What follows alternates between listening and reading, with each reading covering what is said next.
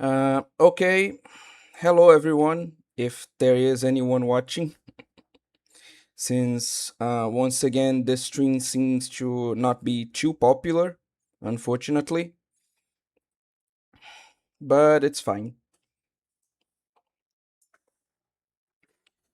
Today we are going to talk about Accel which was an anime I certainly didn't expect to like as much as I did. So, um,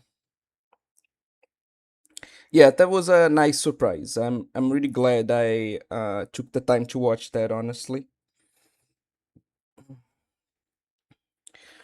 Just like with Monster Musume, we're going to be talking about the game in general. Uh, I'm sorry, the anime in general. Its story, all the side content I was able to watch, etc.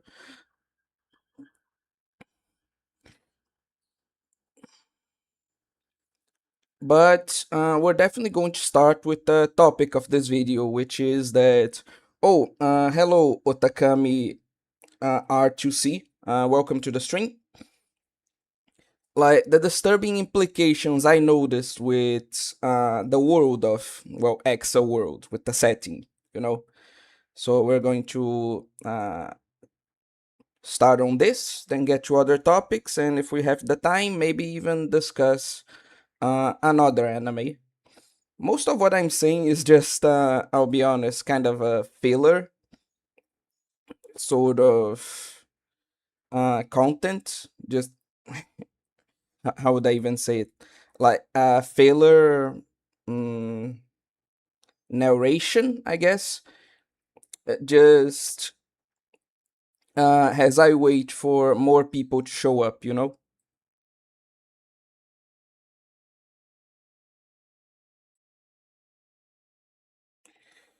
Mm, though, yeah, that should be enough time. So,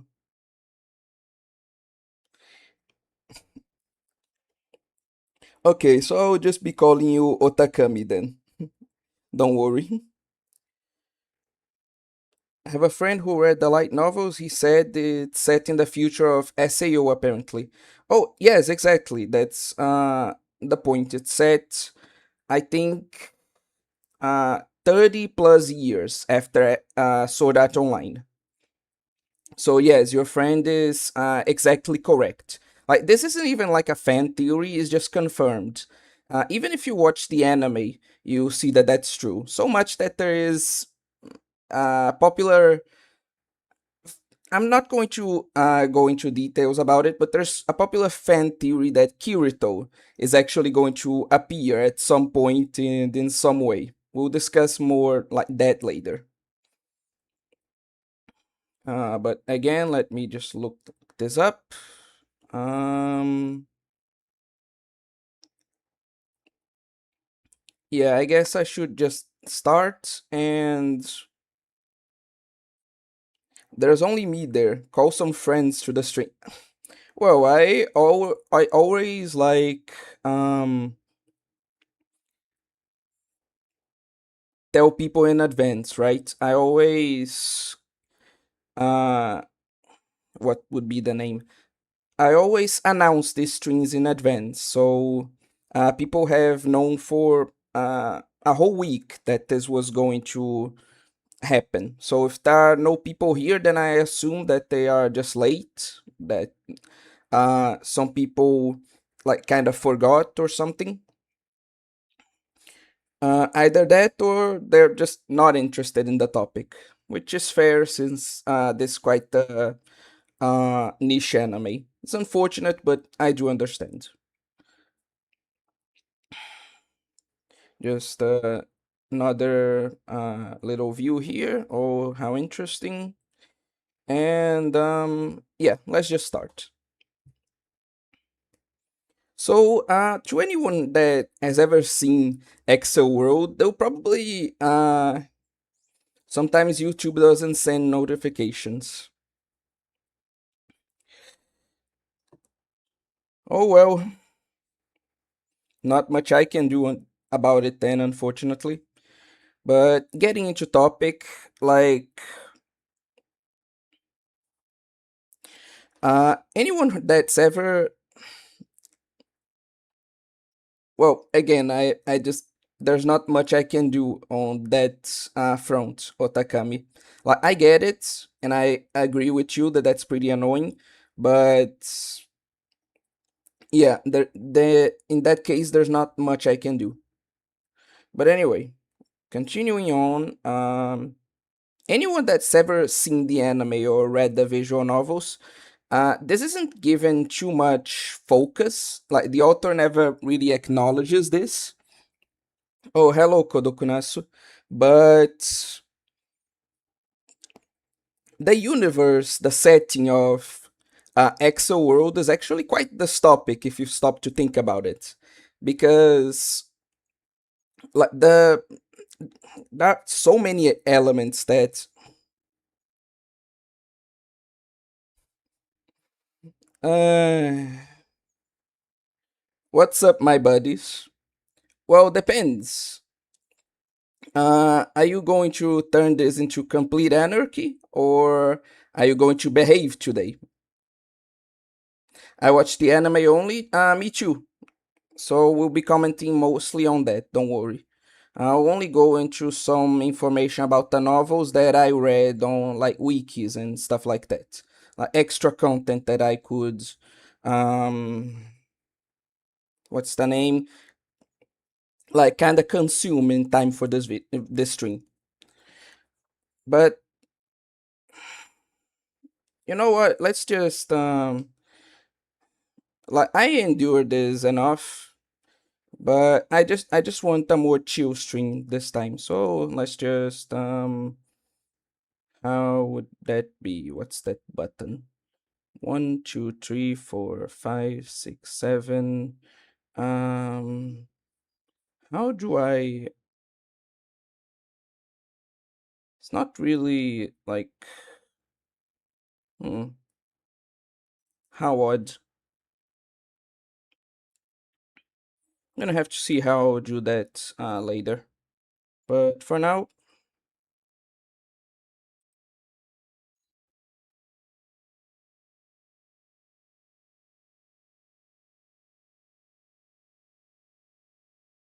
yeah, perfect. That should be enough.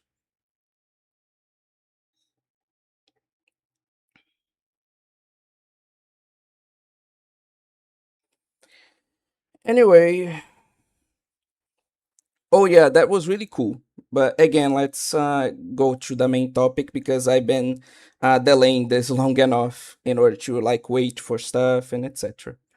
So, what should I do? Oh yeah, the universe of Excel World, if you stop to think about it, is just really this topic because like there's so many things that we can talk about this in like this manifests in so many ways. Like, for example, the fact that there are cameras everywhere, right?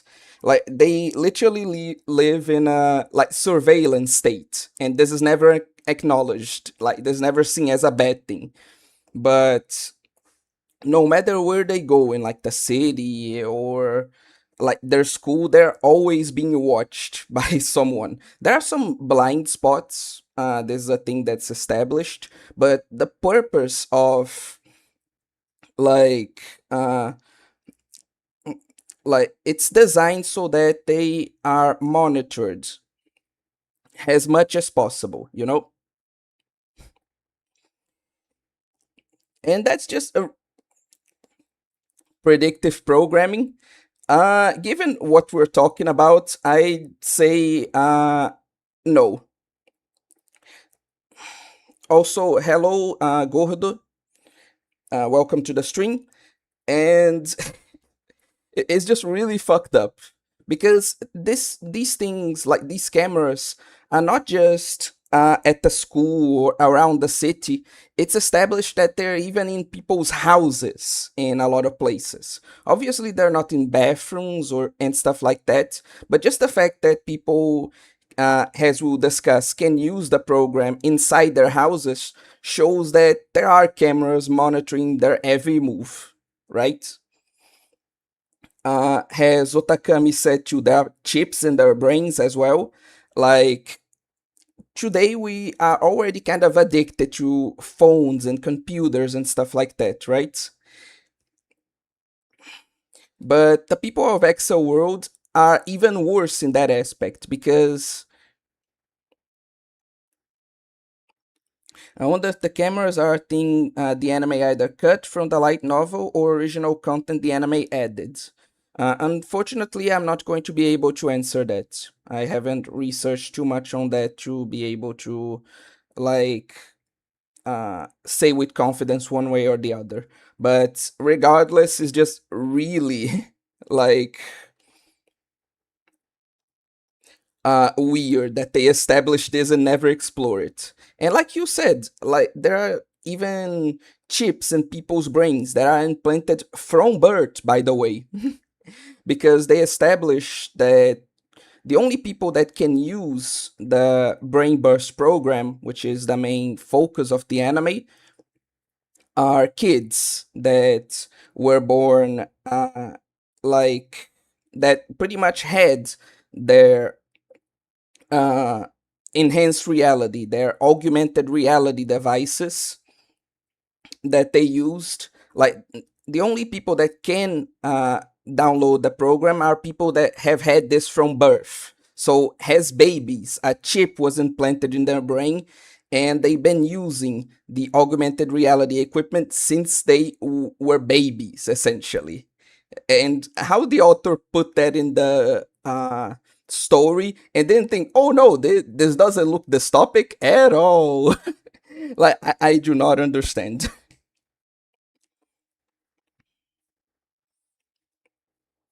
Aside from that, the universe of Accel World is this topic also in terms of censorship, because it's established that the protagonist Haruyuki has a whole collection of like various video games that were made for older consoles that weren't installed directly into people's brains at that point, right?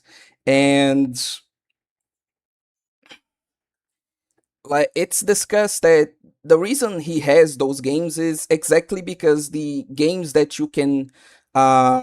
the only games that you can get on these augmented reality devices have all been censored. Like the reason he has those games is exactly because they were still allowed to have things like outright violence, like blood, dismemberment, and things like that, which are all pretty much universally censored in all games in the augmented reality device that they use. Even Brain Burst, you know?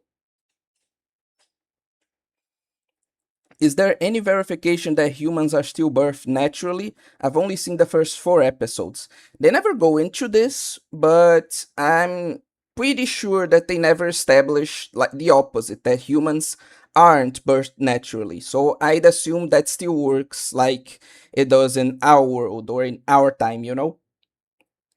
Honestly, I watched it that much long ago that the only things I remember this is about people who play deep VR games where time flows faster, and a short and chubby MC found a nice GF. Yeah. We're going to talk about that because their relationship is quite weird in quite a lot of ways, but for now we're addressing how fucked up this world is, right? What else? They have a surveillance state.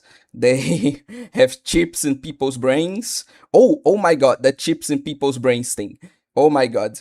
Do you remember how in like Ghost in the Shell it was established that people could literally hack into your brain and make you see stuff that isn't there? And that was a whole point that these people were. How would I say this? That this was an awful thing, or and that this very concept was really scary, etc.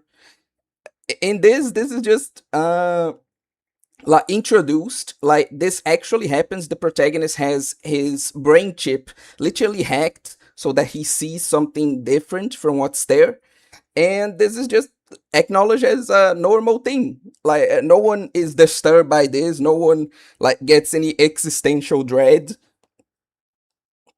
from this. Like a person's brain literally gets hacked, so they see something that isn't there, and this is just brushed off. Fuck it. That doesn't make the our universe incredibly dystopic at all.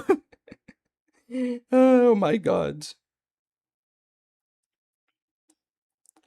Um, One sec, let me read some comments. Which is why I sometimes bring up the light novel. Sometimes things in a story are supposed to be dystopic by an author, but the anime director cuts stuff and end up making the anime give the wrong idea. Like the Fate Stay Night anime versus the VN. Yeah, both the police and criminals do that a lot in Ghost in the Shell. What I have written could be a title for a light novel. It really could, honestly. um, but yeah, I get what you're saying, Otakami. But what I mean is that uh, like I can't confirm it. I haven't read enough of the novel. Like I pretty much just read some excerpts from wikis about the novel. So I can't confirm or deny like if that's true or not. Like it's possible, but I can't. I not going. I can't be the person to tell you accurately this information. Mm-hmm. So yeah, continuing on. What else is pretty this topic? Let me think a bit to see if I remember any other elements besides the other one I'm talking about. Like I'm thinking of that I'm going to end the section with. Uh oh yeah, in the world of Excel world. Oh my god, this is going to be so awkward to say. It's established that outside of a few like very old cars or cars that are literally hacked, like modded to do so, there are like zero cars that are driven by humans. Every single car is a self-driving car. They're all driven by robots. There are no human drivers anymore in Accel world, outside of like a few instances with older vehicles that are established to be older. So that's a bit that's very dystopic too. What else is pretty like fucked up about Exo World's universe? Let me think. One, two, three, four. The point system, the things, the like people getting hacked, but that I already talked about. Yeah, if I think of something else, I'll bring it up. But for now, let's go into the main topic of why this universe is dystopic as fuck, which is the actual brain burst program itself and how it works, as Otakami is saying. Because the whole point of the brain burst program, outside of just the game, which is its own can of worms, is that it accelerates uh, oh, the points for the Brain Burst program? Exactly. Because the whole point of the Brain Burst program is that it accelerates your brain. And so it serves as kind of like a cheat. Like, especially at the beginning, Haruyuki's best friend, best male friend, he uses it, for example, to essentially stop time and give himself an advantage. Because how it works is simple. Like, outside the game part that we're going to discuss, as Otakami is mentioning. Outside the game part, the main purpose of the Brain Burst program is to allow you to accelerate, which essentially means that using the program, you can accelerate your brain 1,000 times as they establish. And so time kind of looks, how would I say it? Time kind of looks stopped in place from the perspective of the person who used the brain burst program, since 1 second in the accelerated world is like 1,000 seconds in like from the like 1 second in the real world is 1,000 seconds in the accelerated world. So the person that used the program effectively sees time as if it had stopped. Now they can't move, or at least normally they can't move during the stop time, but they can still think. They can still use that extra time to come up with like strategies to essentially pause the world in place in order to be able to think. And so the protagonist's friend even use it to essentially cheat on exams. No, not on exams, but on like his candle matches, right? Because imagine this: you're fighting someone with like swords, and you can just stop time and think about what you're going to do. Like you just stop the fight, you just have that power to stop the fight and just think for as long as you want, essentially, on what you're going to do, how you can best dodge the opponent's moves, like what good counterattack you can do. Like you can see things from various perspectives because they explain that use the system, the brain burst system, essentially hacks all the cameras around you to give you a 3D view of your environment. So you're not even limited to your own sight. You're not even limited to your own perspective. You can even see around you using the Brain Burst program. So it's quite nutty. It's a whole the Brain Burst program is a whole can of worms. Like even outside the game, because it's essentially a hacking program that can uh, utilize, like, can essentially take control of cameras around you. It's essentially a cheating program that allows you to get a huge advantage over other people. A lot of people, in fact, use it to get an advantage. And this is the basic function of the program.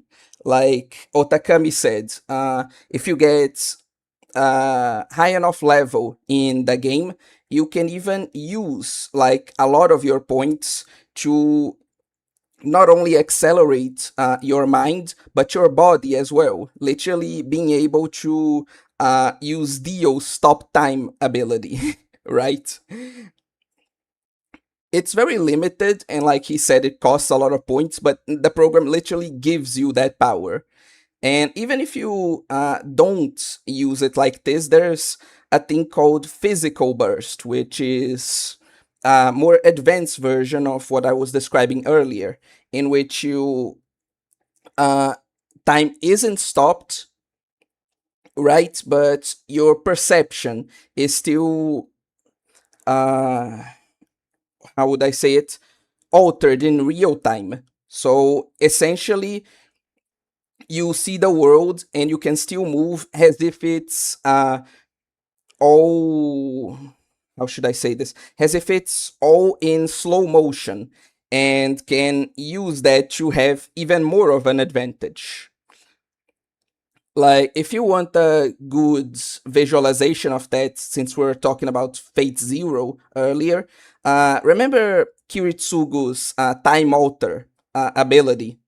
Yeah, it's essentially works like that, the physical burst, you know? And outside of the whole using it to cheat and using it to get a massive advantage over people, right?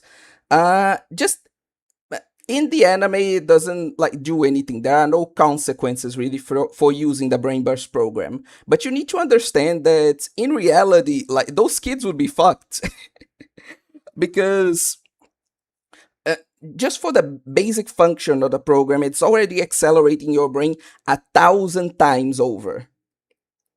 Like, what do you think is gonna happen to your physical brain when it's forced to go at such a massive speed boost than it's supposed to? Because your body in general has limits. Like, we all heard this, that the human body is actually a lot stronger and can do a lot more than, like, how we use it for. Like if we had access to the full strength of the human body, we would be able to lift cars like Superman, right? But why don't we? It's because our body has limits, both mental and physical, to restrict our strength, because it could really like hurt itself if it was used to such a like extreme like point. Like your bones can literally break, your muscles can stop working entirely if you were to gain access to that strength. So imagine the brain.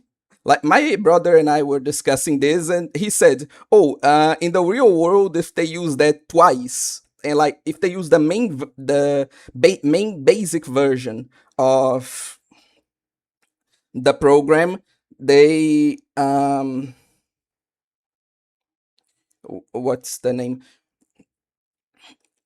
They develop Alzheimer's." Like just from that point on, if they use the basic function of brain burst twice, they already get Alzheimer's guaranteed, because of how much it would like force the brain, how much strain it would put on that organ. And it's established that for more physical abilities like the physical burst and the physical full burst that we discussed, that it not only accelerates your brain, but also your heart rate. And so you don't even want to think what that would do to that organ, right? Imagine if your heart was accelerated like 100 times. That's just, oh, it hurts me to even think about what would happen. This program would absolutely could not be made in reality. Using it would be like a complete hazard. And they established that the reason the protagonists, like the people who use the program, can use it without problems is exactly because they've already been living in augmented reality throughout their whole lives, and so they're more used to this. But no amount of training will let your brain survive that. Like, it was a good explanation for the story, so I praise the author on his writing capacity. But if we're seeing this realistically, no, this kid's brain should have been fried. Like the minute they even got the program, like it's essentially a murder hack. It's what this is. Uh, but anyway, let me read a couple of comments, since you guys been saying a lot of interesting stuff before we get into the other part that makes this topic. The point system is low-key dark in Accelerated World too, because losing all points means losing your memories of the game, including friends you made. Exactly, we're going to get through that. Oh, the points for the Brain Burst program? Yes, you can move. He's just describing the physical full burst, I already said. I didn't know about the memory wiping, so is her fixation on DMC pragmatic, since someone better at games has lower odds of losing their points and could still share the Brain Burst experience? We're going to talk about that, but in short, yes. It literally burns your neurons, as we discussed. It lets anyone without coding knowledge hack too, which we already are seeing nowadays with these DDoS kits or other easy to use hacking kits criminals nowadays sell to people. Exactly. Like, it's established that the Brain Burst program can even like let normal people hack others without like any effort, and they don't even need to use the Brain Burst program. That's already easy to do. Like, normally, like the way they alter the protagonist perception, that scene that I talked about, is with a virus that they got on their device. And so like it just adds another layer of how this topic, this whole setting is. The heroine does love him, but it's kind of pragmatic too. Again, we will talk about this. Since you mentioned Ghost in the Shell, this thing about kids being conditioned to live in VR since birth is also mentioned in one of the animes. Forgot which one though. There are various versions of it. Yeah, again, just that aspect alone is already dystopic enough, that there are people with chips in their brains who live in virtual reality from birth, or augmented reality from birth. and if we add the deadly and like potentially very illegal nature of the program itself, if we add the censorship and like the very widespread government control that of people that is showing the anime, that universe is just cyberpunk light, you know. It really is. But there's another aspect that you guys been discussing that I didn't even go into, which is the game part. Because in order for you to kind of participate in the game, in order for you to even experience and gain this power, you need to play the game part of Brain Burst. Like every time you use any of these abilities, you consume an amount of points, right? From the Brain Burst program. And the way you get them back is that you need to fight other people with the program in order to get their points, like essentially take away their points, uh, in order to then be able to use the program more. So how it works is you go into the game part, you like fight against other opponents, and you steal their points in order to be able to use the brain burst part of the program more. And there are various dystopic things about the game portion of the program, because if you lose all your points again, you lose your memories. So the program literally has access to your memories of it and can delete all the memories associated with it, even of the people that, like you said, you made friends with while playing this game. It can delete all of that if you lose the program, right? uh and what was the other thing I was going to say? Oh, and the avatars. You know these cool avatars that you're seeing on screen right now that they used to like fight in this game and gain points, etc. They're all based, like their appearances and powers, they're all based on like your personal traumas. So the program literally reads your mind. It can extract all the worst memories in your life, and it uses that to kind of how do I say it? To kind of make the avatar you need to use in battle. So it literally forces you to confront your traumas, to relive and to confront your traumas in order to even play that part of the game, you know? To unlock your powers. It's very fucked up in that aspect. At least it's not Zero Sun. Doesn't lose one only remove 1 point while wins award 10? Uh, No, I'm pretty sure like because it works like this, right? Uh, if you're at a low level,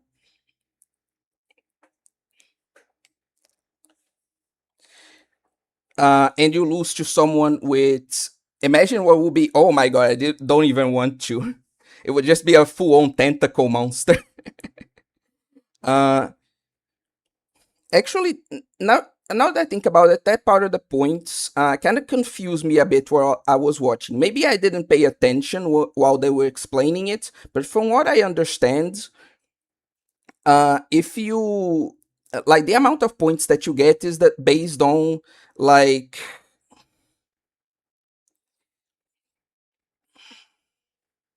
the level of the person you're fighting against. So if you're a level 2 and you fight against a level 4, you're going to gain a lot of points if you defeat them. But if they defeat you, they're not going to get a lot of points. And it's kind of established that the points are actually stolen from people. Like a lot of people in like um higher levels, they go and they fight uh, lower levels despite the risk of losing a lot of points.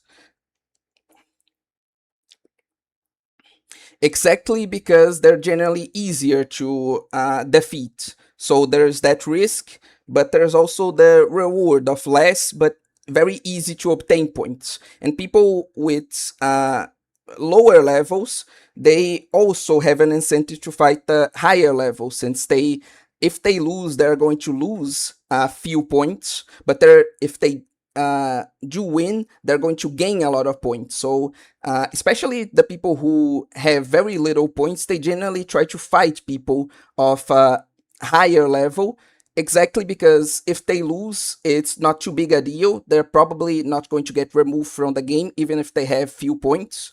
And if they gain, if they win, they potentially going to be awarded a lot of points, right?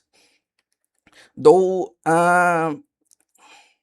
that part was about the anime was very confusing to me, because there are ways to get points like that you unlock once you get reach level 4. There are ways to get points without harming other players, without having to steal their points. There are enemies throughout the world that you are able to uh, battle and gain points through battling them, you know? So there's a renewable source of points that they can unlock. But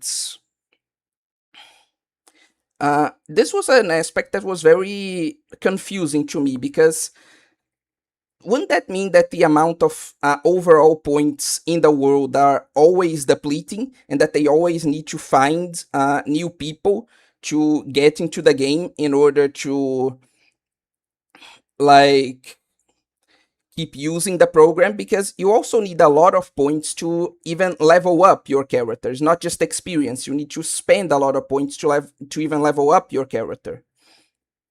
So, like, the whole thing doesn't make a lot of sense, because, like, realistically, because you, this is another thing, you can only pass the brain burst program once you had it to one other person.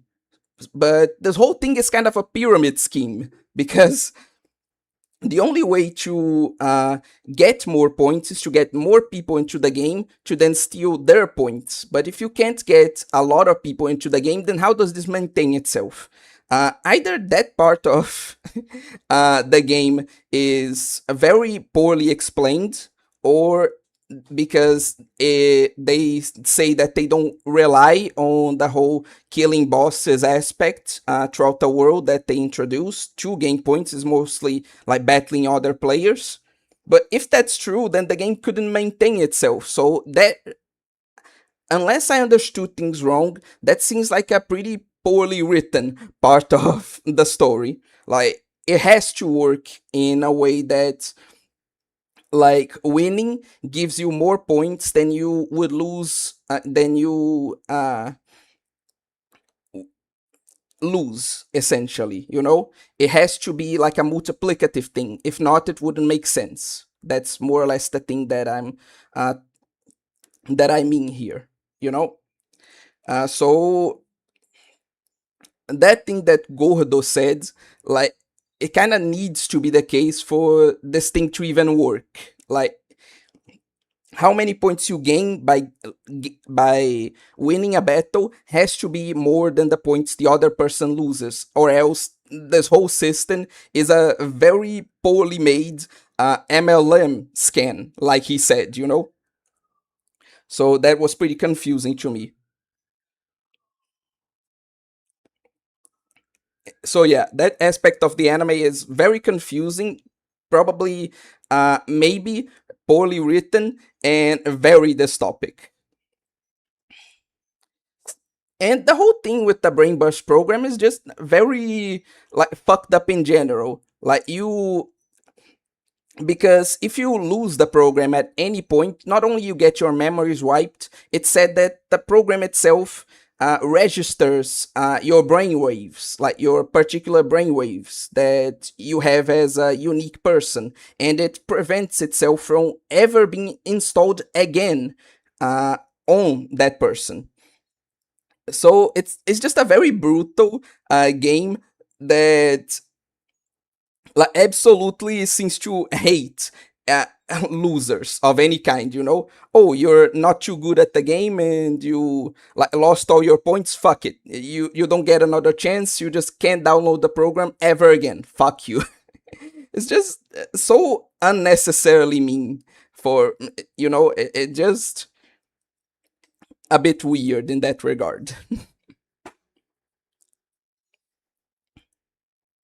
uh what's the other point?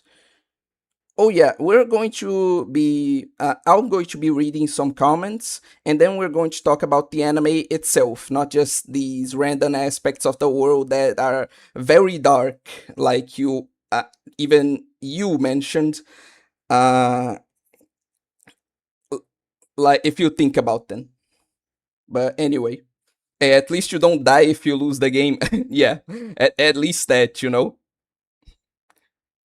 Then I only read SAO, but Accel sounds a lot crazier than I heard. Again, it's not shown that way. It's just that if you start to think about all the story tells you, you find out how fucked up this whole world and even just the program is. It's one of those things where like you kind of have to turn your brain off, or else it's really fucked up. It's more that kind of thing. This bridges accelerated world a bit too, since uh, SAO, living in a virtual reality since birth, is one of the requisites to create artificial fluctualites, the digital souls from alicization. Oh, okay. Pa, pa, pa, pa, pa, pa. Everyone MMO raid boss gangsta until one of the players screams he's going to Alice. Get good is a MLM scan. In my opinion, though, is your choice to enter, but like I think I would do it not because like all the risk, even in real life headsets, are not able to mimic the amount of power. And even if they could, I did. One guy made a headset where it kills you in real life. Uh, it's kind of, well, I guess it works for death from Wiimates, but at the same time, what are you supposed to use it? I guess your information. He's probably talking about like what happens in Sword Art Online with the whole if you die in the game, you die for real because of how unsafe the whole equipment is. But anyway, with all those like fucked up aspects of the world itself covered, let's go into the actual story of this anime, which is uh, slightly less fucked up.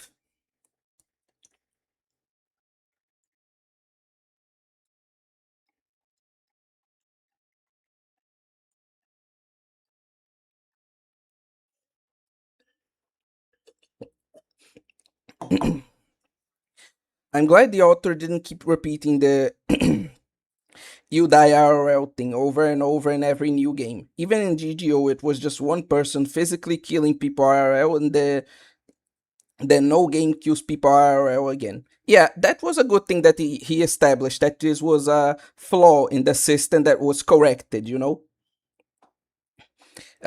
It's very basic, but it's still nice that he like established that and gave the world a bit. He made the world a bit grounded by that. So that was pretty cool. But in general, one of the biggest problems with like Reki Kawahara stories, because yes, if you couldn't tell, this is by the same guy that made Sword Art Online. That's why a lot of people keep referencing it. Is that he like keeps needing to find ways to make the stories have any weight, any gravitas, to add drama to it, because all his stories are essentially just people playing games. So he kind of needs to sometimes even what would be the word contrive um like drama, to contrive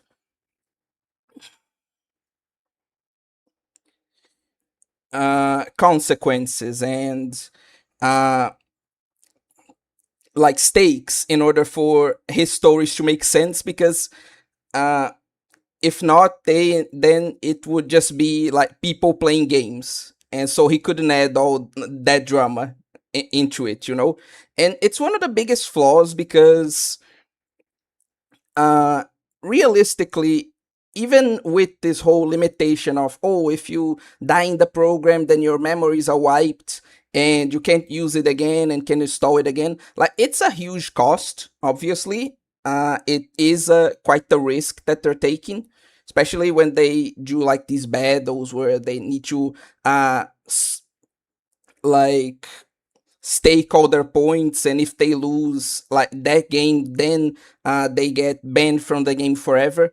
Like, even then, at the end of the day, all they're doing is just playing a game, you know.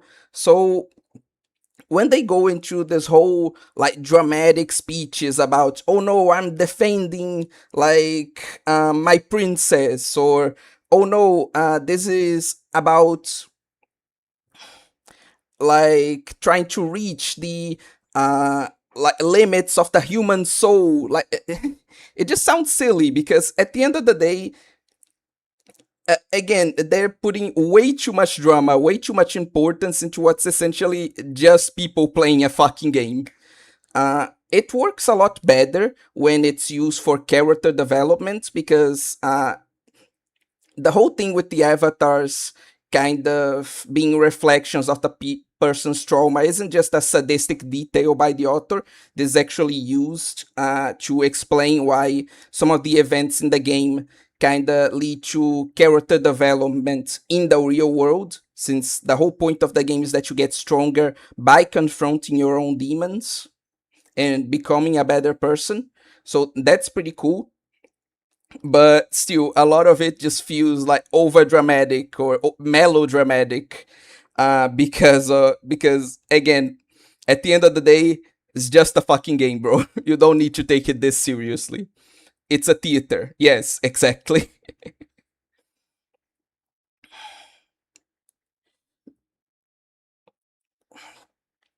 But anyway, the story of Excel World, I think, is just. Uh, I've been memeing about it, I've been joking about it, but I genuinely have really liked it, as I said at the beginning, because it uses all this to again give a lot of character development. Like, the protagonist starts out as this like kind of loser guy that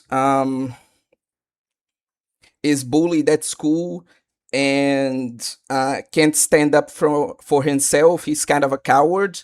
And through playing the game and through like reconnecting with his friends and like battling his demons and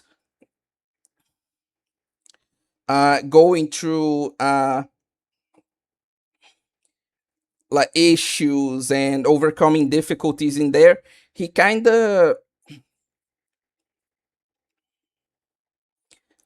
he very much develops as a character. Like, one of the things I really liked about it is to see exactly that development, because it doesn't just happen to him; it happens to other characters. But it's nice to see the same guy that was afraid to take a singular punch in the face, the same guy who would just let himself be bullied at the beginning of the story. By the end of the anime, he's a completely different person. He is facing his bullies head on, and actually trying to fight them. He is actually really courageous and is willing to like go through a lot in order to help out his friends. It's really good in the sense of the character development part of it.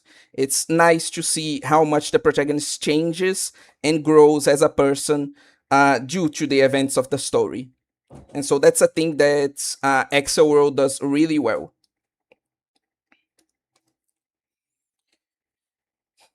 And in general, too, like, has this topic as it is, how they introduce a lot of the aspects of the world and the game is all really interesting, because throughout the whole anime, especially because I knew this was written by the SAO guy, right? I was constantly wondering, oh, like this thing here, like this aspect of the story doesn't make sense. How did they do that? And then it was really funny, because every time this would happen in an arc, like, I would get my answer immediately after. outside of one or two elements about the story, pretty much everything that seems like a plot hole, that seems like a thing that would be easy to criticize, like the author addresses it uh, like right after, and just really satisfying way that makes you go, oh, so that's how this happens. It's a really well made world for the most part, you know. It's a really cool and very interesting setting, and very interestingly developed setting, because the author is always adding things to it. Like he's always like developing the world, and like making like additions to the story and how the program works, and like to the powers and how the characters can progress, etc. And he always does this in a way that makes sense. Like he always explains how, for example, we never saw a thing that's introduced, like a new thing that's introduced into the story, why we never saw that before that point. Or if it seems like it doesn't make sense, he always establishes how it makes sense, like right after. So uh, obviously the story of Accel was written way after he wrote Sword Art Online, and while it's not perfect, you can definitely see how much more of an experienced writer he became when writing this, you know? So it's very cool to see. Some examples of what I mean is, for example, uh, because at first they have these battles, right? These battles which are one on one, like avatars, and it works kind of like a fighting game. So how do you add to that? How do you add to like battles between like one person or a couple of people against another person or a couple of people? Well, they have the unlimited burst ability, which allows them to go on to a whole MMO like world, right? And they can battle, like they can have straight up army battles in that world. So it adds to the story because it makes a lot of interesting situations possible. It makes a lot of creative battles possible.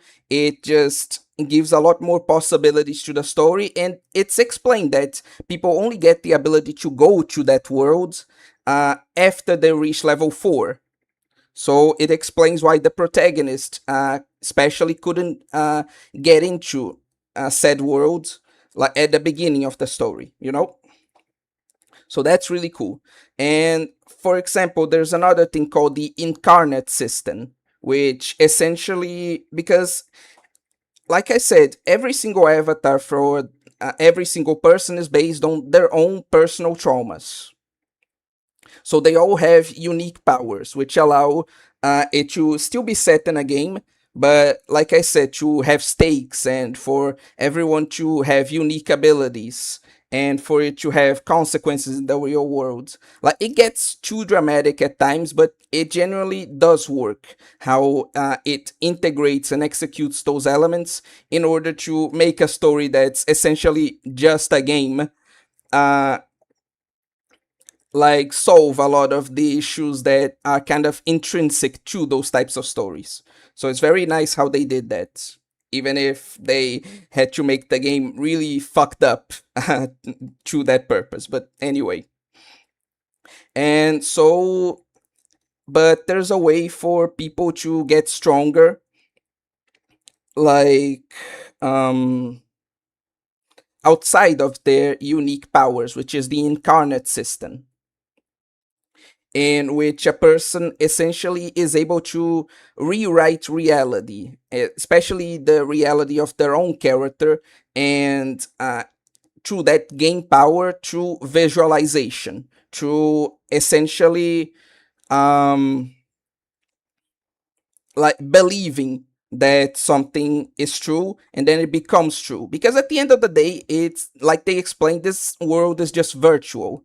So the reason that some avatars can break stones but can't break through a solid wall of steel is not just is just like all programming, and it's just all visualization, because that's at the end of the day nothing more than a 3D model. Like there isn't really any real like different properties. So if you believe enough that you can pierce through that piece of solid stone, then you can. Obviously, there are limitations to that system.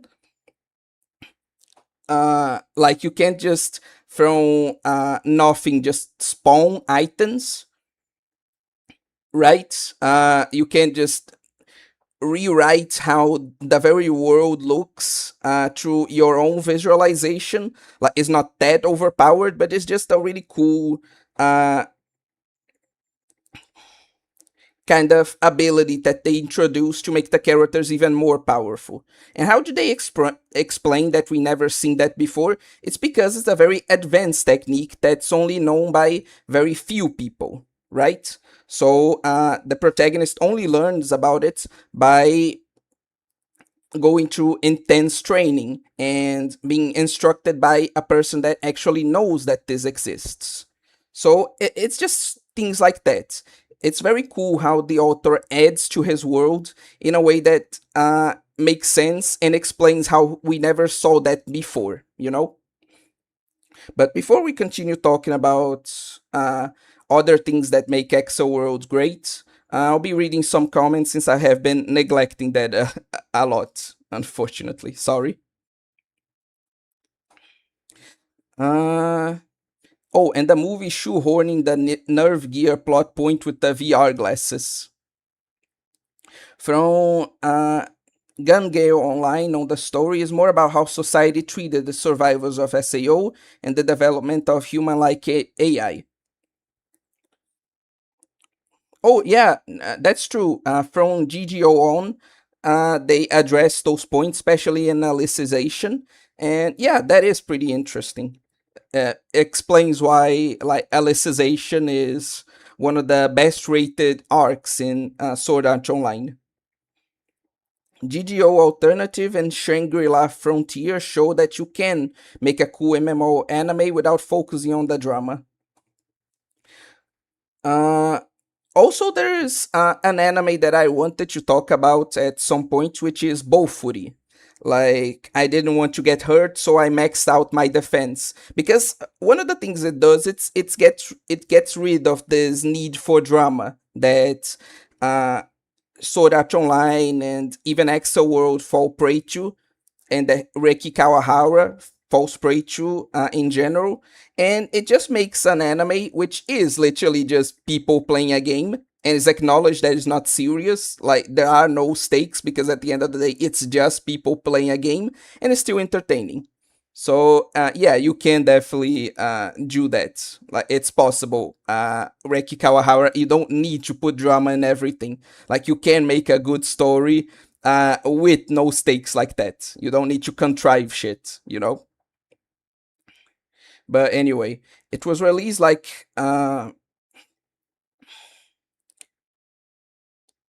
one sec. The movie was hilarious though because the AR glasses are just such a bad idea. It's like Pokemon Go on crack. Yeah, that they really did not think that through. Honestly, since from what I understand, those glasses actually replace the reality that you're seeing with the game while still allowing you to move through it. So, yeah, realistically, that's not a good idea. You know. It's not like Yu-Gi-Oh, where the game literally has supernatural powers. It makes people smart. Yes, it may be a game, but here's the thing. If you put people through a simulation that's so real, they're going to think it's real life. I got the idea from Space King, no, but I don't recommend watching that show. It's very immature and stupid. Okay. Yeah, I kinda get what you mean. A lot of people clown on SAO because of the whole, like, uh, oh, Kirito actually developed sword skills because he used swords in that game. But it's very clearly established that no, he doesn't. He just remembers because it's a very realistic game, like Fallen Angel said. Like, so when you're moving your swords to make the techniques, you actually have to move your arms or feel like you're moving your arms to do that. So obviously, some of that, um, like knowledge would transfer to your real life self. Like it's not like just playing a video game because I saw a lot of people clowning on that, saying, "Oh, like does this guy actually think that firing a gun in a game will make you be able to fire a gun in real life?" Well, if the simulation is realistic enough, like it is in Sword Art Online, then yeah, maybe you will, you know. So yeah, that was a thing that like I really think it's a plot point that a lot of people clown on without really thinking about it because this really isn't a great criticism. You know, at least I don't think so. But Fallen Angel, it's established that Aincrad Online isn't super realistic. The NPCs are lifeless, for example. Yeah, but again, it's not that because this is even established. Like on that scene that people clown on, that Kirito uses his skills from Sword Art Online to go up against his cousin. And like Kendall, right? He still loses to her because she has real life knowledge, while his is just from, like you said, more inaccurate simulation, but it makes sense that some of the skills from there would transfer to the real world, even if imperfectly, due to how immersive the simulation is, you know? Uh, it helps that Accelerated World was written when Heki became more experienced as a writer, as opposed to Sword Art Online, which was made when he was literally a teenager. Exactly, like I commented. SAO anime comes off really weird with plot holes, forgetting characters and stuff, mainly because A1 Picture deleted all of the MC's internal monologue from the light novel, which is like 95% of the story, but that's just normal. You know, they do that in most adaptations that aren't called like Death Note, you know? Instead of actually just adapting the original story, the first few episodes of the anime come from a reboot light novel, and the rest comes from the original plus random side stories. That's true, son, a lot of the novels get ruined by questionable anime adaptations. Uh, you know what? Fair. I definitely been seen quite a few, not novels, but anime that I liked. No, sorry, manga that I like get absolutely ruined by shitty adaptations. Lucifer and the Hammer.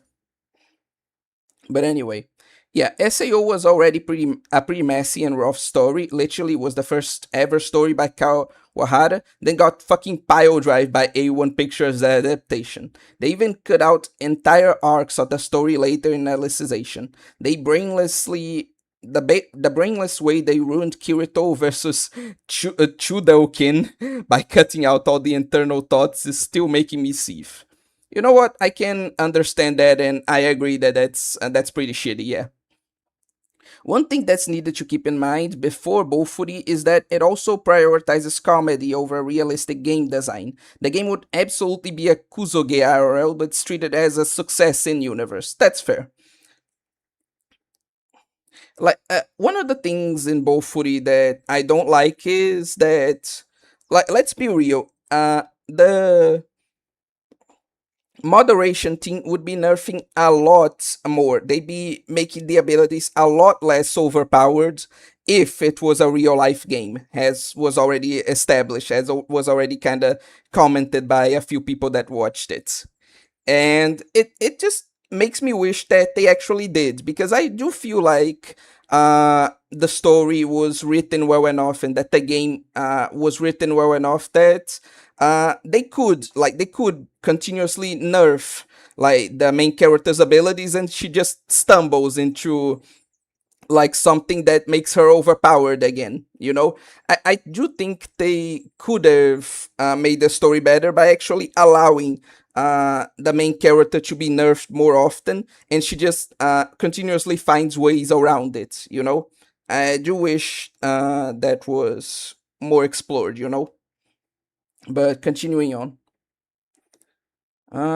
Max Defense is truly enjoyable, but many of the power ups the MC took could have easily gone to her friends. The stick got a bit old, but it was fantastic through the frozen bird fight. True that. Before watching, Bofuri was believable enough if you don't pay attention to the concrete details of the game itself and just to the overall way the players' devs react to it. I agree. It's documented that video games do improve your reflexes and precision IRL, so people clowning on that are just showing off their ignorance. Very true. My most powerful memory from Bofuri though is Maple's Machine God transform. Yeah, those were pretty cool, honestly. Also, like Otakami said, Bofuri has a different genre. It's like comparing how less dramatic a slice of life is compared to battle mangas. That's not what I'm doing though. It's just that I'm saying that you can make cool like uh kind of gaming anime without needing such contrived stakes, you know? Because that's one of the main issues of Accelerated World and Sword Art Online, that they a lot of the arcs feels like they have to contrive uh like drama and stakes in order to turn what's essentially just people playing a video game into like something more serious.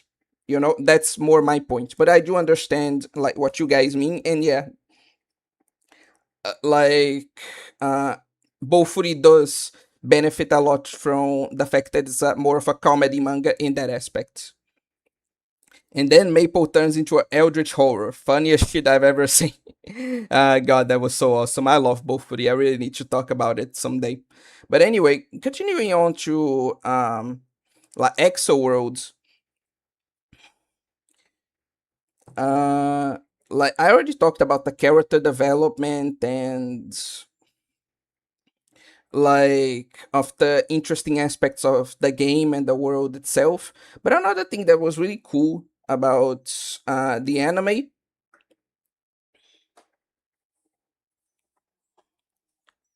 were the arcs itself, or the arcs themselves, because like they generally have a way of making the arcs like the whole thing of why the game is like so important is a bit contrived, but they do find ways to make some of the arcs like genuinely dramatic and genuinely interesting in that regard. Uh, and like all the arcs in Excel World have very cool and interesting premises. The story is always trying new things and it's able to follow through on them. uh and the anime is just really intelligent in the sense of the battles, like how arcs progress and the solutions that the characters find to certain problems both in and out of game, and the things they go through. Like it's just a very like well written story in a way that it keeps the kind of hype going on. Every single arc has you on the edge of your seat, even if, like me, you find the whole like main like drama of losing the program kind of contrived. It's still like uh is interesting enough to keep you watching and to keep you interested and entertained throughout the whole thing, because again every single arc explores different parts of the program. Like it explores different powers that you can gain, different aspects of your character, introduces new villains with cool and interesting abilities that are beaten in entertaining ways. It develops the world, and it is generally like all told in a way that allows for, like I said, various interesting developments for the characters and the mechanics of the game, and for some really cool twists that they always explain well, like I said, that do make sense. And it's all very dramatically satisfying. Like This won't matter too much because I am a crybaby, but I heard quite a few people, just like me, cry, like genuinely cry at the resolution of the last arc of the anime because it's just that powerful, you know? It's developed that well and uh, finishes that well, you know? To give you kind of a more concrete example of what I'm talking about, um, what would be a good one? Like at the beginning, the protagonist doesn't have any special powers, or at least he hasn't discovered them. And so he has to defeat his opponent even without his special power in a creative and interesting way that does make sense, you know, because his opponent is on a bike, and so he uses like his character, which is quite strong, to affix himself to the to the like back of the bike and lifts only the back, what's the name, the back uh tire, you know, and that stops the bike because again most of the propulsion of a bike is off the back tire, and so the dude just gets stuck. And so since the bike is his main source of strength, like of the character he's fighting, and so he is able to now use his previous special move before he got his actual special move to win that battle. That was pretty cool. And one of the things that's interesting is that they introduced that his actual special move, which is the ability to fly, which is very unique. He's said to be the first like person in Accel world with the ability to outright fly. Like they don't keep relying on that. The protagonist has to continuously develop, even despite that like very overpowered unique ability, because at some point people began learning how to counter that ability because he's flying, and so snipers are actually his main enemy, and so he has to go through a whole arc where he has to improve his reflexes in order to be able to dodge gunfire, in order to be able to beat this limitation of his character and actually begin winning again. And so it's less of a, obviously it's a power fantasy because you have this character, this protagonist that's super good at video games and with this unique ability that can beat anyone, like even like multiple people at once, but it's never to the level where it hurts the story. Like the protagonist is overpowered and it's part of a power fantasy, but never to the point where he doesn't struggle or doesn't need to improve. In fact, at many points, he struggles and needs to improve in order to defeat his enemies. He comes very close to losing a lot of times. So it's a much better like form of overpowered protagonist than, for example, Kirito, especially in the earlier arcs, you know? And so I find that to be really cool. Especially because he's not the only one with a unique ability. Like it said in like the anime has it's established, pretty much everyone has a unique ability because of how the avatars are created. And so there's even a whole arc about him losing his wings because one of the main villains uh like has the unique ability to steal other people's abilities, and so he steals his wings and he goes, and that's what even like encourages him to learn the incarnate system and to seek out a way to like get a limited ability to fly, which is by getting the unique equipment of like another person. Like you can transfer, you don't need to just steal, you can like develop a unique ability and then willingly transfer that to other people. And so he does that, he learns the incarnate system and he gets this more limited form of flight given by the person that taught him in order to be able to beat that guy that has the ability to steal people's powers, right?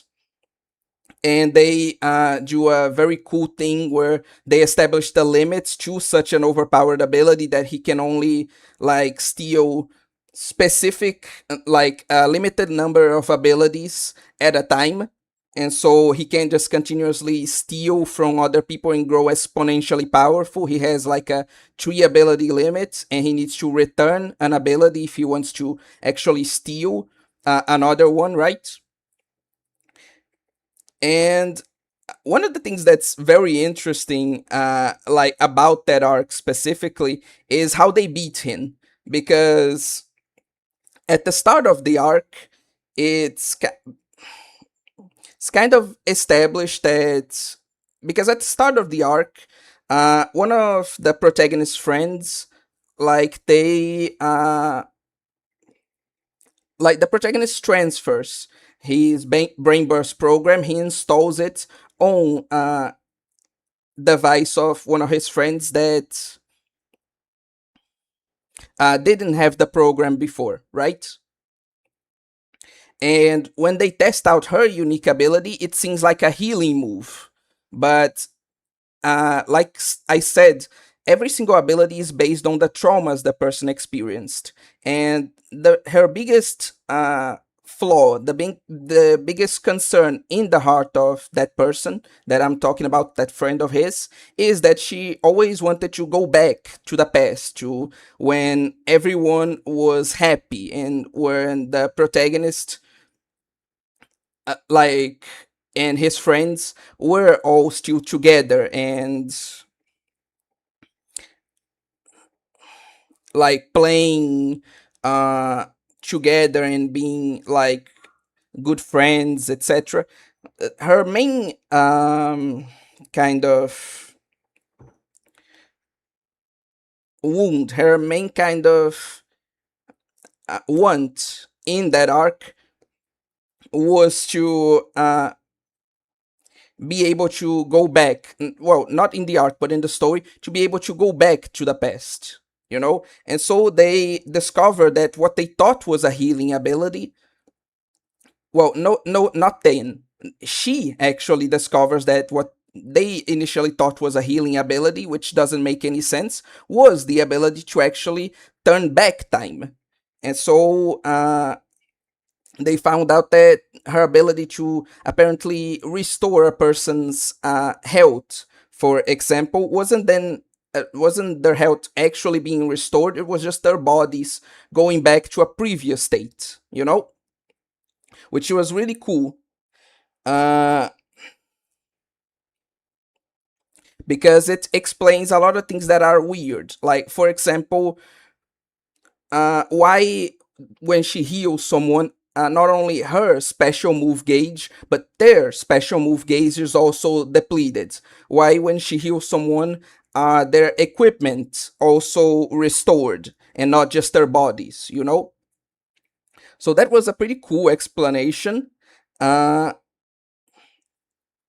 and it's used to defeat that guy because uh, in that arc, she actually betrays or seems to betray them because she actually participates in the like main enemy's team and starts helping him out. But the reason she did that is exactly, and couldn't tell them anything, is exactly because she was trying to improve that ability, because she noticed that about her ability and was trying to improve it by turning back time so much for that dude's avatar that like it turned it back before the point of him stealing the protagonist's wings. And so she at the end, the protagonist almost beat that guy, and she goes in for the heal, and you can see the despair in the protagonist's face, like, oh my god, why are you doing this, like whose side are you on? And then the like main villain is like super happy because like,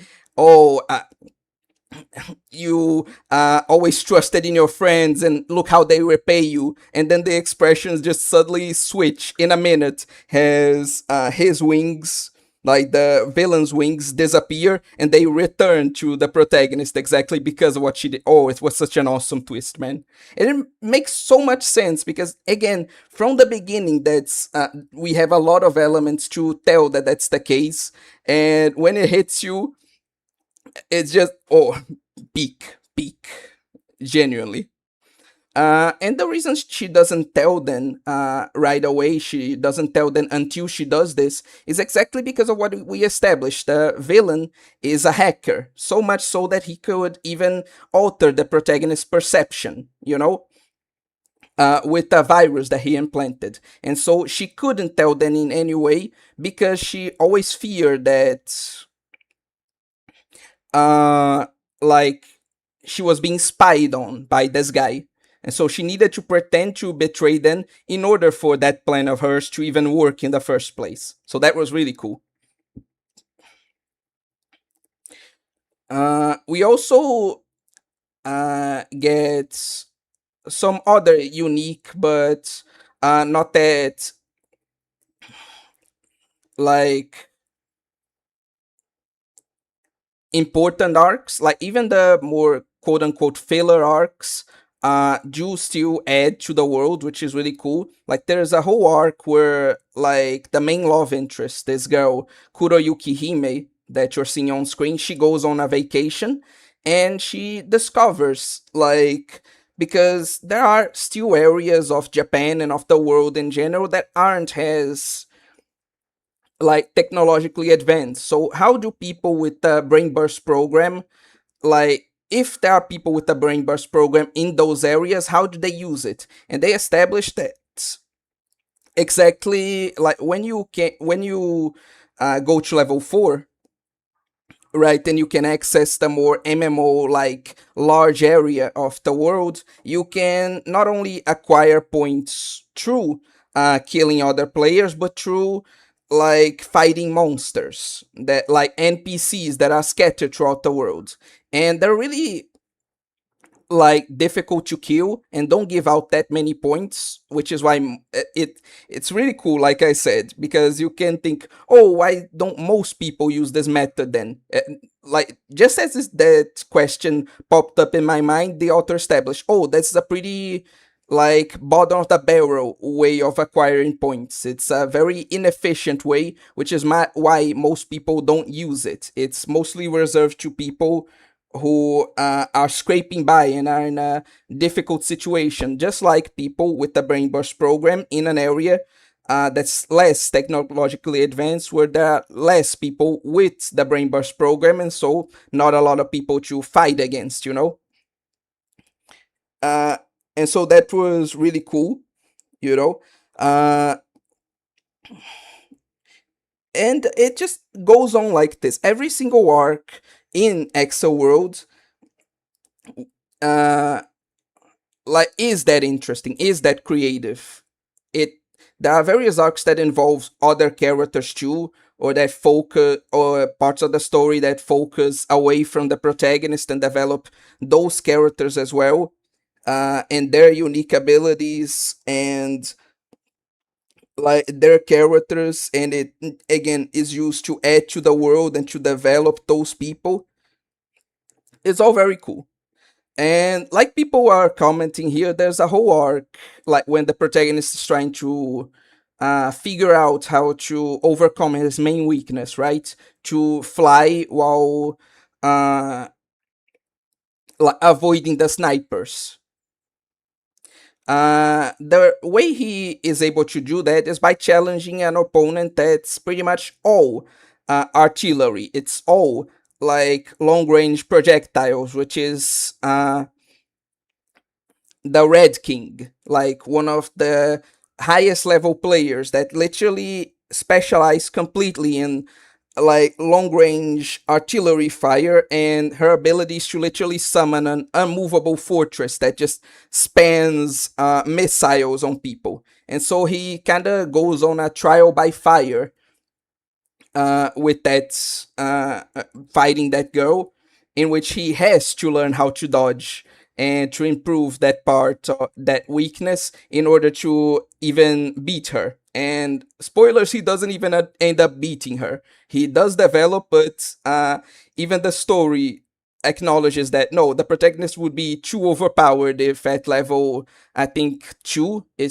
was the level he was in. No, no, no. It was at level 4 at this point. He could beat one of the main like enemies of the story. And so that arc and that battle does help him develop his abilities, but he doesn't win, so that's pretty cool. And again, even a character has minor and that seems as like secondary as that isn't, like, she from that point on is included in the story in the main group. There's a whole arc involving her, and she and her friends like begin helping out the protagonist because they help her out. And so it's not even just a character that's thrown away, that's used to just develop the main character. It's a genuine character that is introduced that way, and it's used in many other creative ways throughout the story.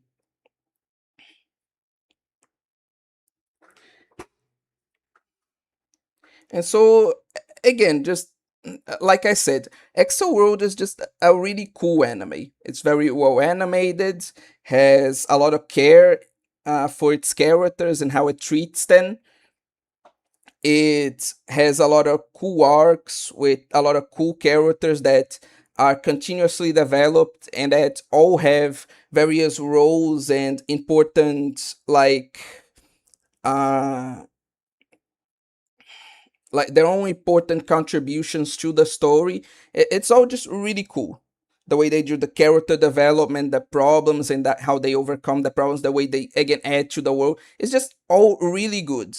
Like, if there's this kind of psyop, especially on my anime list, that this anime is bad.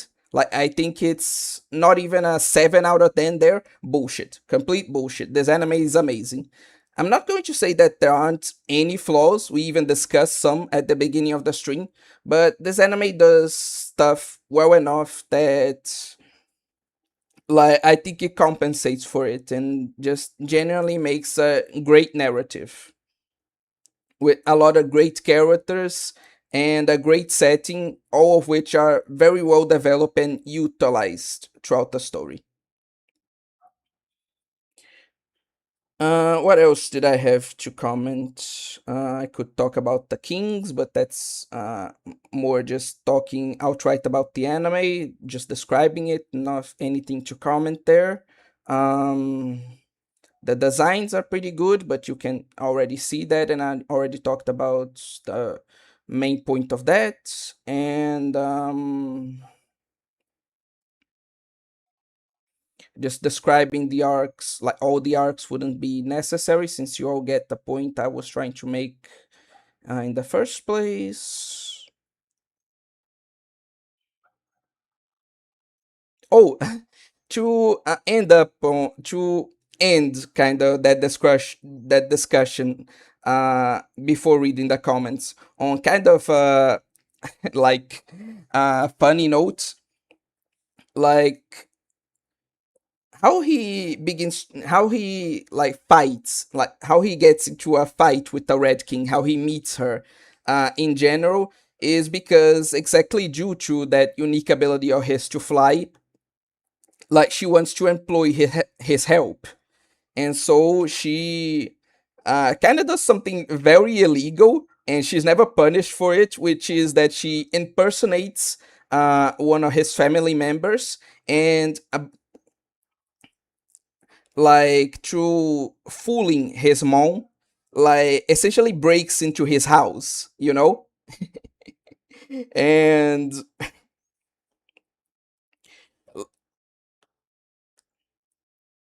like they have a whole mishap where like he isn't convinced that she's his family member, and then he finds out by like going to his pictures that she like he uh gets like undeniable proof that she isn't, and she drops the act.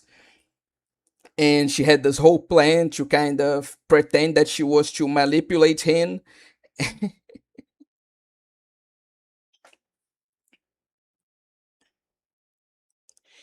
um and again, it's just really funny to think about because she commits so many of what should be crimes for that whole arc to happen.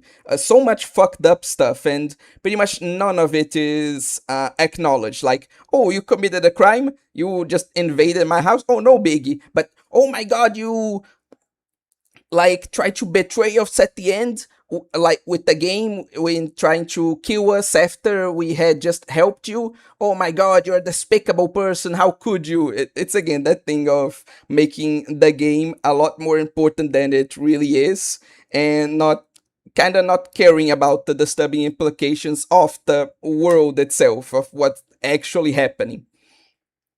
Like they do kind of address that later in the story, like the arc with that guy, that villain that steals powers, like a whole the whole point, like a whole part of why he's evil is that he doesn't play fair. He kind of blackmails and manipulates people uh in the real world through exactly these hacks that I was talking about in order to get points from them.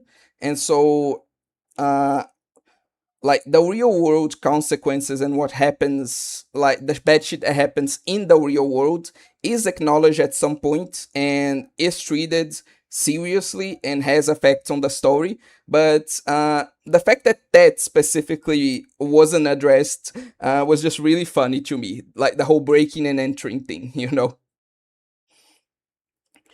uh and on a bit of a less important note, I really like that they didn't do the whole thing of, oh no, because when they are in the virtual world, not brain burst, not like the game with the avatars and etc., because that's also pretty cool, as we'll talk about. But I like that when they go into the virtual world, into the enhanced reality, into these like simulation games, right, like sao likes, it's established that they can create avatars for themselves. And these avatars can be just about anything. They can look like people, or they can look like monsters or animals. And at first I was very like worried. Well, not really, but I thought that they were just going to be like, oh no, the guy avatars are all like monsters, or like animals are all kind of like very creative in form, and that the girls' avatars are just fan servicey versions of themselves. But that really wasn't the case. The girls, some of them get avatars like that, but so do some of the guys.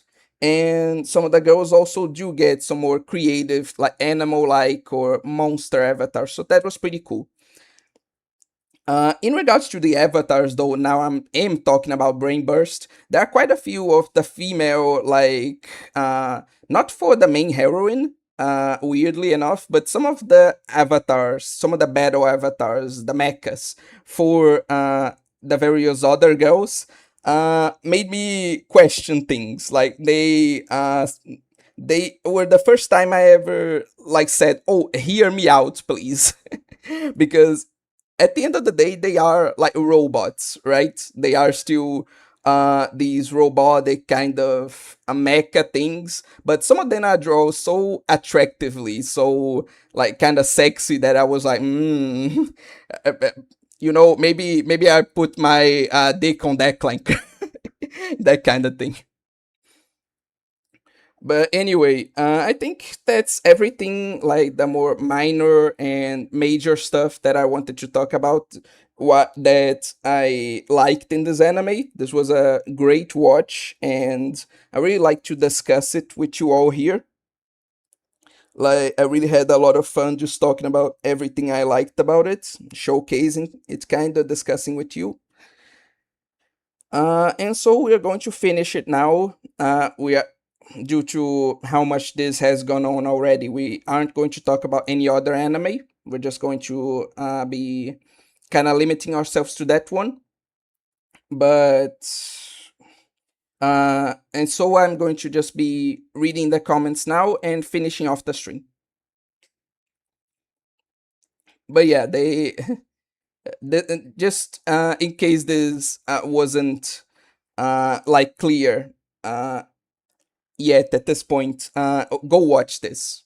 Accelworld is great. Don't believe any of the people saying it's not. It's a great anime, and although there are some problems here and there, I guarantee you won't regret it. It's a very fun and very like competently made anime. It's just great. But yeah, for now, let's read some of the comments and finish. Like I said,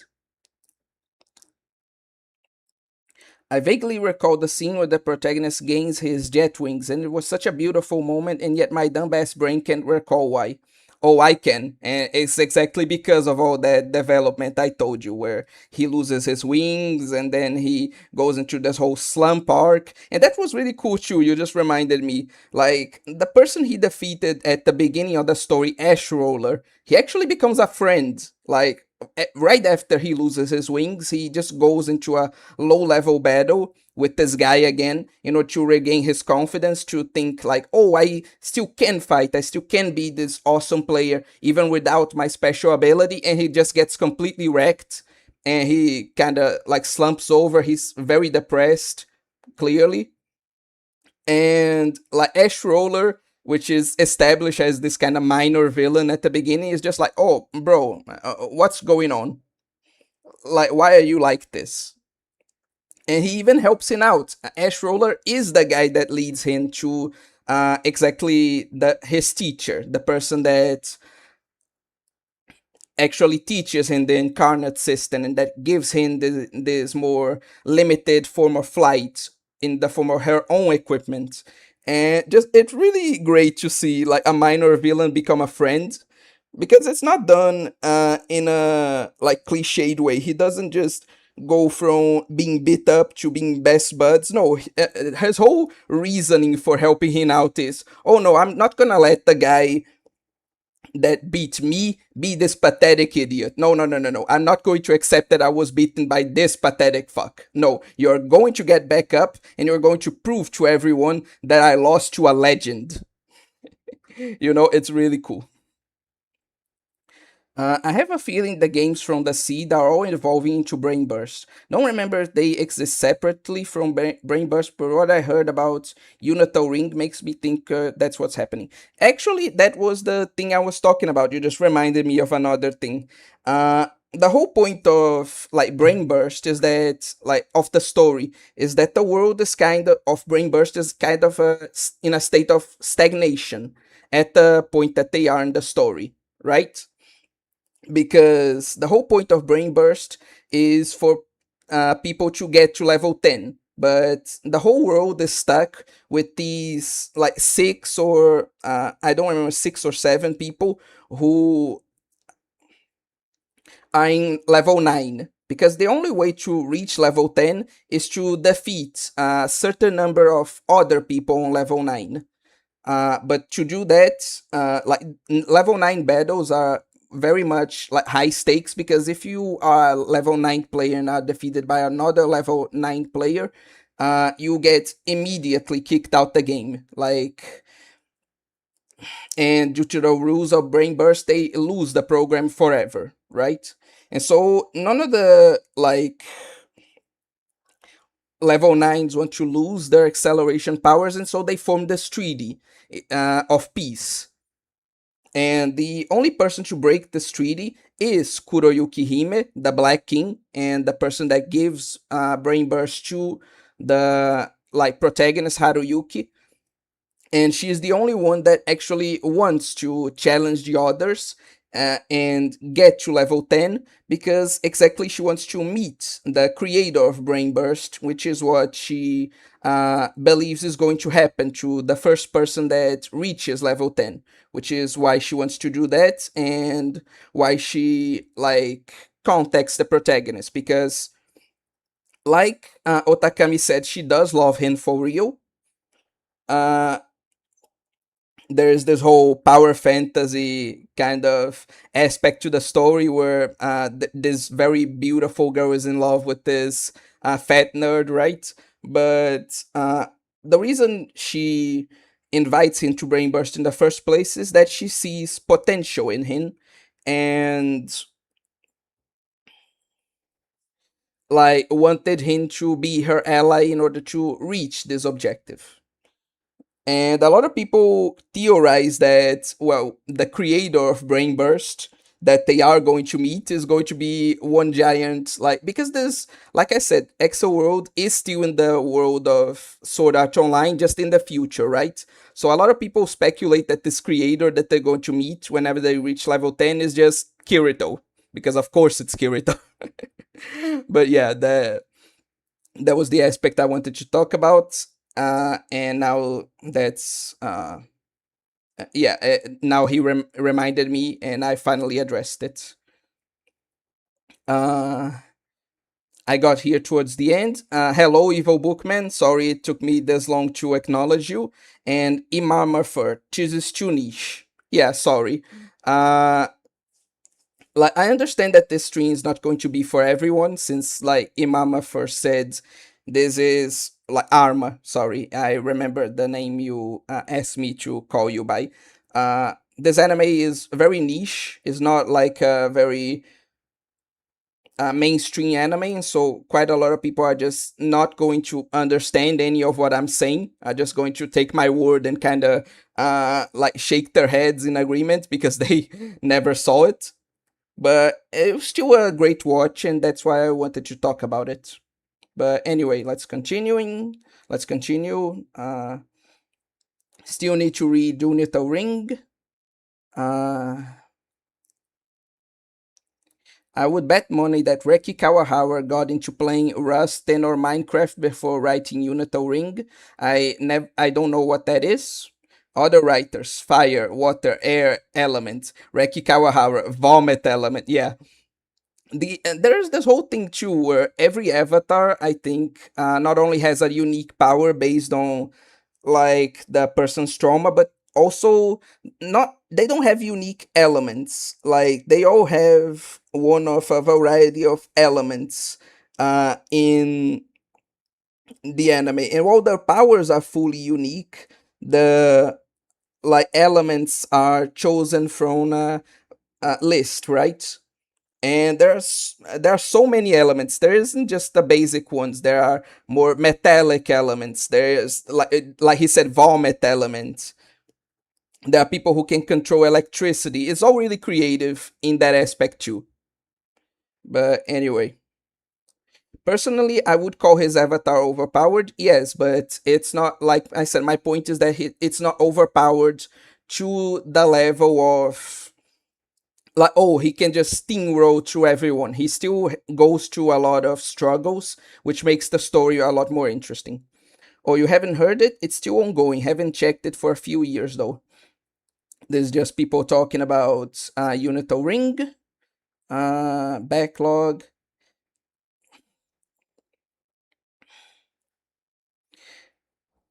Otakami. Yeah, otherwise he would be impossible to defeat. Lots of writers wrote themselves into a corner by making the villain way too overpowered.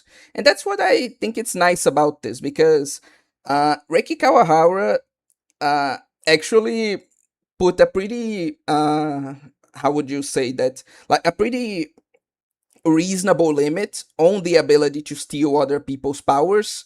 Uh, and still made his villain seem very difficult to defeat, like even with that limitation, which is that he can only have a limited number of powers at a time. A lot of writers, when they write this ability, they kind of write themselves into a corner, because obviously that ability can become exponentially more powerful just by its very nature. So you think that most writers would just do this very simple fix that again still maintains the villain has like very powerful, like it's a very OP ability still, but but it's limited enough that it doesn't feel impossible to defeat. Like the writer doesn't write themselves into a corner with it.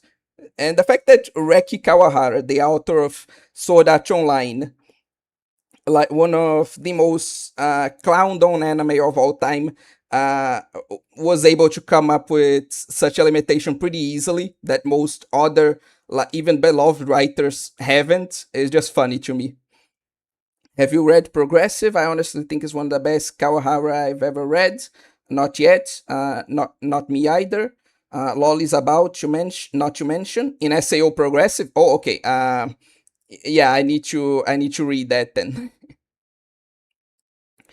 SAO Progressive really leans into the artificial theme, intelligence themes from Alicization. Won't say more, dude. You just had already had me with the lollies. You don't need to add even more nice stuff to it. Okay. The time rewind ability is even hinted at the opening. Is hinted at in lots of elements, which is again really cool. They made all the girls look like Medabots. Approves. The red lolly, yes. The one with the big forehead, exactly. Hello, good scroll girl, making fun of Evil Bookman's name. There's probably something behind the game that the dev definitely created BB with ulterior motives. Yeah, nobody creates a game like that. How would you say that? Disgustingly like evil without ulterior motives. It was definitely created to like has like a social experiment. I bet this is what the like twist will be, that Kirito did this in order to test exactly how the world or especially teenagers would react to it. I wonder what your avatar would be. I have to think about it, but I can make a post about this like later, because I do have a pretty good idea, but I need to develop it on what my avatar would be. And then the flat lolly gets a flat lolly avatar. Yeah, that was definitely one of the less creative designs there. Still pretty good though. Clanker, sexy Medabots, correct. Hey, you mentioned a YouTuber list last string. I found another YouTuber called The Cool Beans Man. Gonna have to look that one up. I'm pretty sure most of SAO clowning comes from a specific clique of anime YouTubers from the mid to late 2010s who all made videos shitting on it and their fans just regurgitate. Mother's Basement specifically, there's WKS, I don't know what that means, a time that a guy was really obsessed with making videos slandering SAO. Uh, I think the SAO slander mainly began from like Digibro. Like he was pretty much the cause of that. Hearing your hearing you speak glowingly about the show has gotten me to want to watch it with friends. You definitely should. It's a pretty great anime. Yeah, Reiki Kawahara doesn't write game devs who just run to make games, Lamau. The Otakami. I have to wonder if that's supposed to be derivative of Trixie the Golden Witch, formerly Digibro. How did he find a name even more cancer? Anyway, doing much of the same for SAO and other A1 picture shows. No idea, honestly. But yeah, a lot of the Sword Art Online slander comes from like video essays of Digibro, especially. He was the originating point, and people inspired by him. Because, like, I think Dimitri Monroe said, um,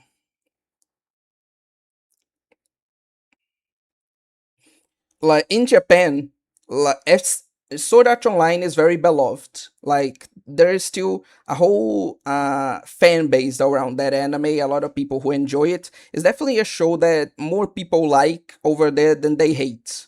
So yeah, a lot of the like shitting on SAO thing was definitely due to a clique of anime YouTubers, like you guys are saying. I do think there like are a lot of elements of not only SAO, not only Sword Art Online, but of Accelworld and most of the things that Reiki Kawahara wrote that do deserve to be criticized, but a lot of the criticisms of it are just like so bullshit, man. Oh, and greetings, Andres Felipe, because like there are people saying, "Oh, this isn't how a game would work in real life." My brother in Christ, and this is a story. Even Sword Art Online is a story at the time set in like the future, you know. So yeah, obviously, like we're going to have technology and things are going to work differently than they do in the real world, and it's an anime at the end of the day. Like it's supposed to exaggerate the real world to create a story.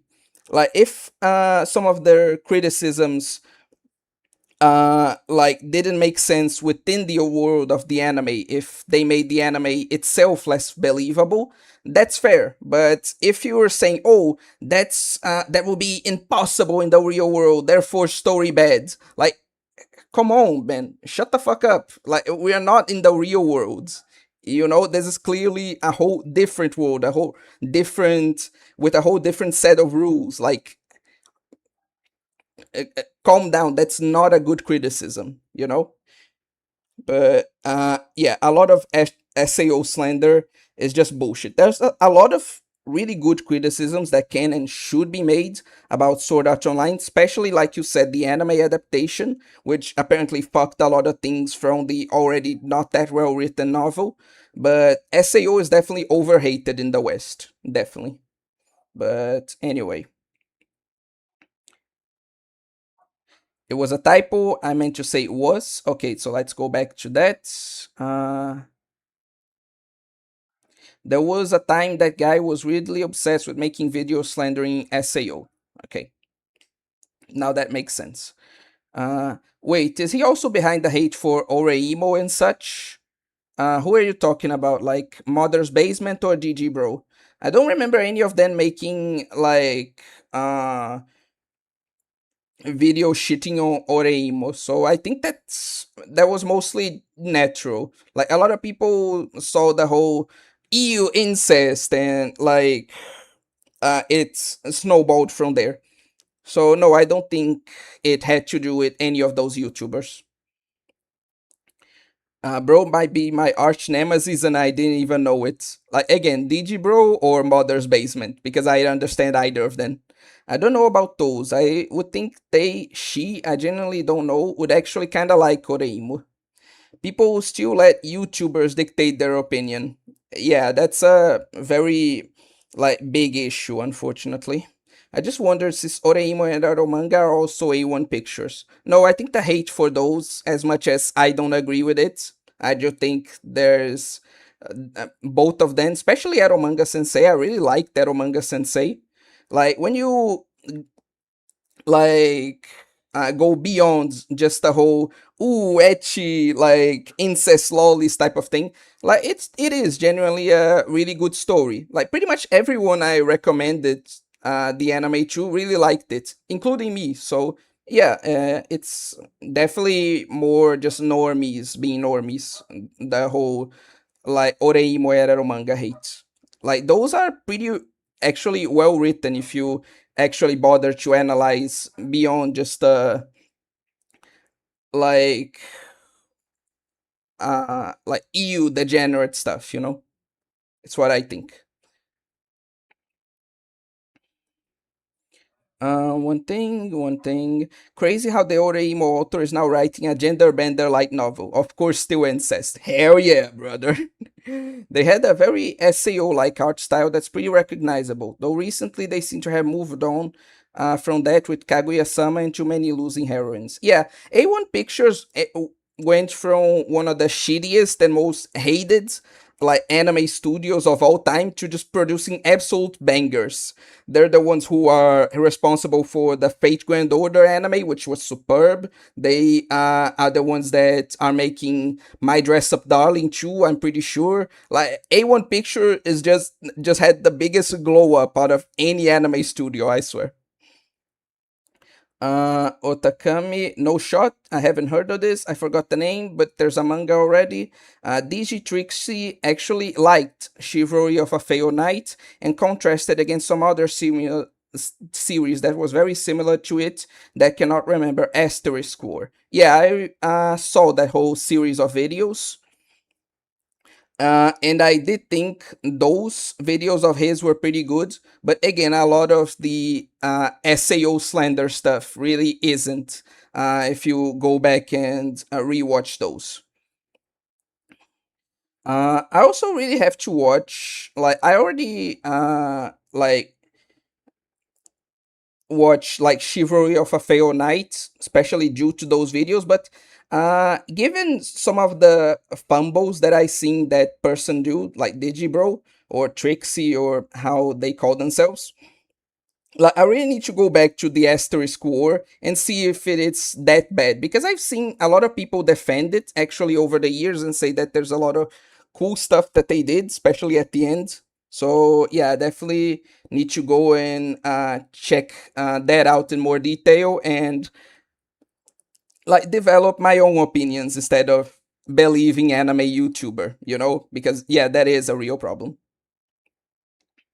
My own A1 guilty pleasure is Vivid Dread Operation. I wonder why you like that one.